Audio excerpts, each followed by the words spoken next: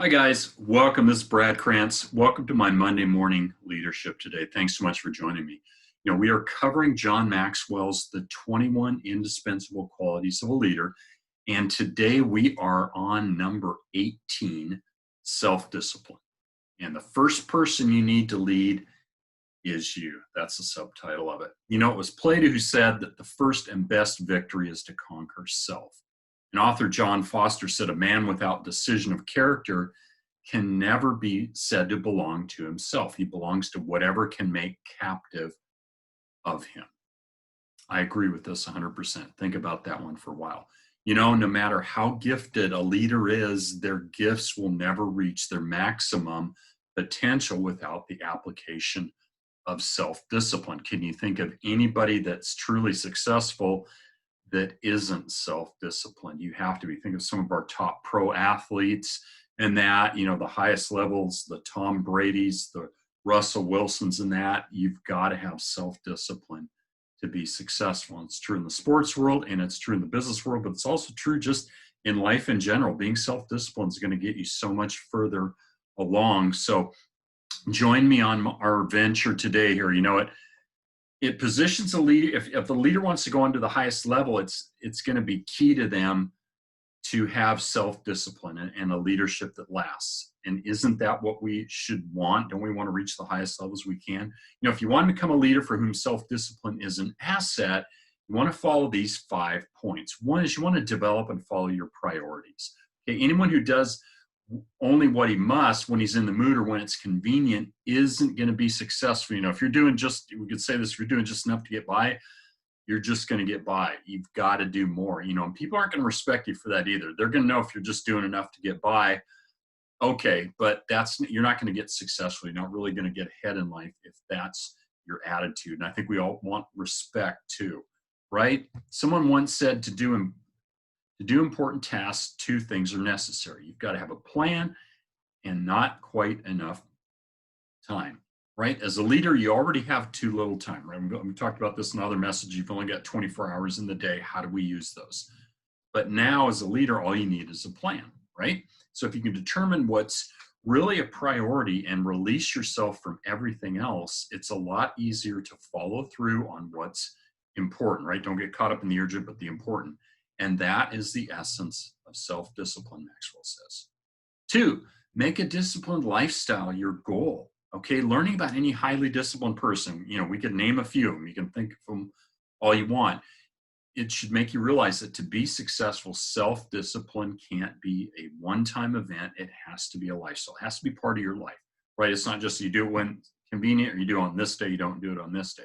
One of the best ways to do that is to develop systems and routines, especially in areas that are crucial to your long-term growth and success, right?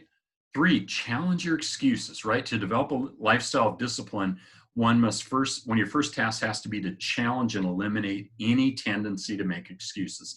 I'll say this, leaders don't make excuses, they accept responsibility. And if you have several reasons why you can't be self-disciplined, realize that they're just a bunch of excuses, all of which need to be challenged if you want to go to the next level as a leader, right? Number 4, you got to remove rewards until the job is done. We could kind of go in a couple different directions on this, but author Mike Delaney wisely remarked, any business or industry that pays equal rewards to its goof-offs and its eager beavers sooner or later will find itself with more goof-offs than eager beavers. Isn't that true? If you lack self-discipline, you may be in the habit of having dessert before eating your vegetables. Okay, think about that one a bit. Number 5, got to stay focused on results. Okay, anytime you concentrate on the difficulty of the work instead of its results or rewards, you'll likely become discouraged, and we don't want to do that. The next time you're facing a must-do task and you're thinking of doing what's convenient, instead of paying the price, change your focus. Count the benefits of doing what's right and then dive in. If you're just always trying to cut corners, you're not going to cut it. So let's reflect on this with a bit with some questions. Author H. Jackson Brown quipped, talent without discipline is like an octopus on roller skates. There's plenty of movement, but you never know if it's going to be forward, backwards, or sideways. Visualize that if you would. If you know you have talent and you've seen a lot of motion but little concrete results, you may lack self-discipline. It's kind of like running in place or whatever. You don't have the car in drive, you're in neutral. Maybe look at your last week's schedule. How much time did you devote to regular disciplined activities?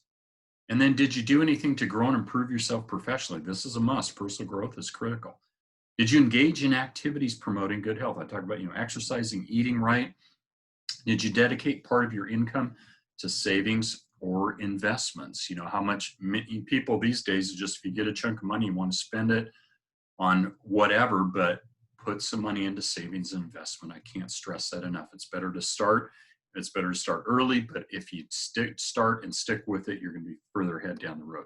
If you've been putting off these things, telling yourself that you'll do them later, you may need to work on your self-discipline, right? So here's some tips to help you improve your self-discipline as we close out today. Number one, think about this. Sort out your priorities, right? You got to get things in line. Think about 2 or 3 areas of your life that are maybe most important to you. Write them. If you're all over the place, scattered around, you'll never get anywhere. You've got to dial them down. Maybe write them down along with disciplines that you must develop to keep growing and improving in these areas.